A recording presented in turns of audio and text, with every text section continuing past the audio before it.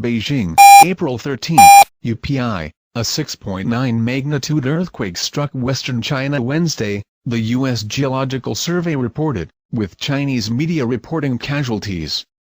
The USGS report said the quake struck southern Qinghai province near Tibet at 7:49 a.m. with the epicenter about 150 miles northwest of Chengdu in Tibet. The official Chinese news agency Xinhua, quoting local officials and police, reported at least 5 people had died in the quake and many others were buried under the debris of collapsed houses.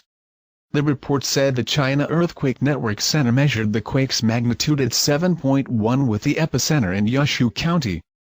"I saw the roof of a Buddhist pagoda in a park collapsed," said Karsim Nima, deputy news director of Jiegu Television. "The houses here are almost all made of wood and earthen walls.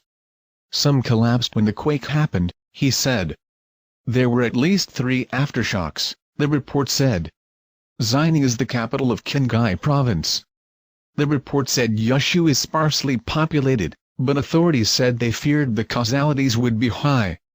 The strong quake has a shallow depth and the epicenter is close to the county seat, said Sun Shihong, an expert with the China Earthquake Administration in Beijing. It is estimated there will be heavy casualties, as the quake occurred in the early morning and most of the local residents were yet to get up. The region reportedly was also struck by a 4.7 magnitude quake prior to the bigger one, but it was not immediately known if there were any injuries in the first one.